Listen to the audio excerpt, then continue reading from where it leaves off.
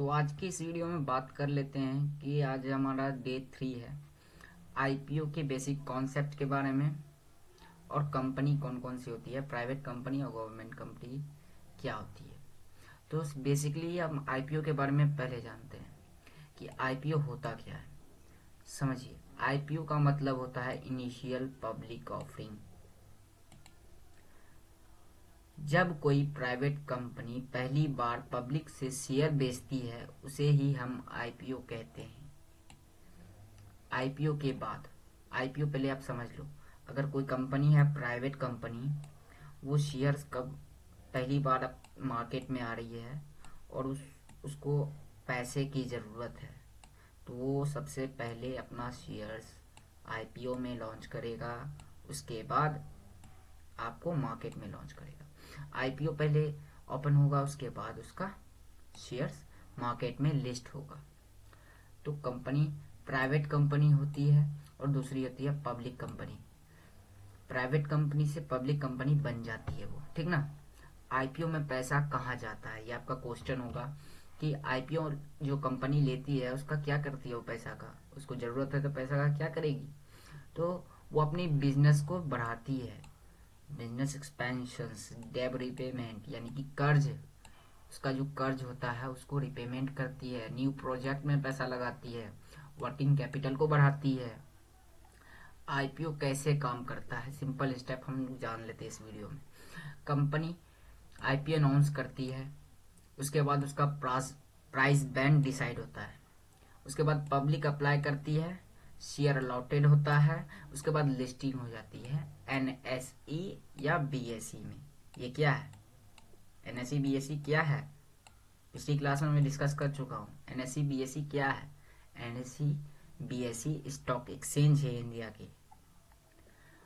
अब एग्जांपल ले लो, जोमेटो का आईपीओ था, पहली बार प्राइवेट स्टार्टअप था उसका, आईपीओ के बाद एनएसई बीएसई में लिस्ट हुआ, कंपनी पब्लिक ओनरशिप बन गए, हमसे कहानी। तो आपके पास एक सवाल और आ रहा होगा कि आईपीओ में रिस्क भी होता है, तो जवाब है हाँ, हो सकता है। क्या हो सकता है, तो लिस्टिंग लॉस प्रॉफ लिस्टिंग अगर लॉस हो जाएगा हमारा, लिस्टिंग लॉस में अगर वो खुलता है मार्केट, तो वहां पास हमको लॉस होने का चांसेस है। ओवर वैल्यूएशन रिस्क, उसके बाद हाइपे ट्रैप, आपके पास ट्रैप भी हो सकता है, उस कंपनी ट्रैप भी कर देती है। इसलिए हर आईपीओ अप्लाई करना जरूरी नहीं है। आईपीओ के लिए आप लोग फंडामेंटल्स चेक कर लो, कंपनी का बैकग्राउंड चेक कर लो, या उसका सारा जो होता है वैल्यूएशन देख लो, कंपनी करती क्या है, तब जाके आईपीओ अप्लाई करो। तो बात करते हैं कि पब्लिक कंपनी और प्राइवेट कंपनी के अंदर प्राइवेट कंपनी क्या होती है, शेयर्स पब्लिक को नहीं बेचती है।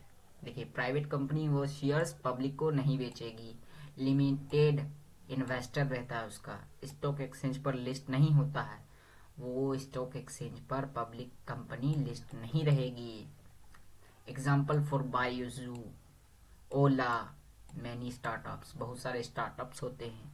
पब्लिक कंपनी क्या होती है, जिसके शेयर्स पब्लिक में यानी कि एनएसई बीएसई पर लिस्ट हो, ट्रांसपेरेंसी ज़्यादा हो, जैसे कि रिलायंस, इंफोसिस, टीसीएस। तो ये आपकी पॉइंट नोट कर लो।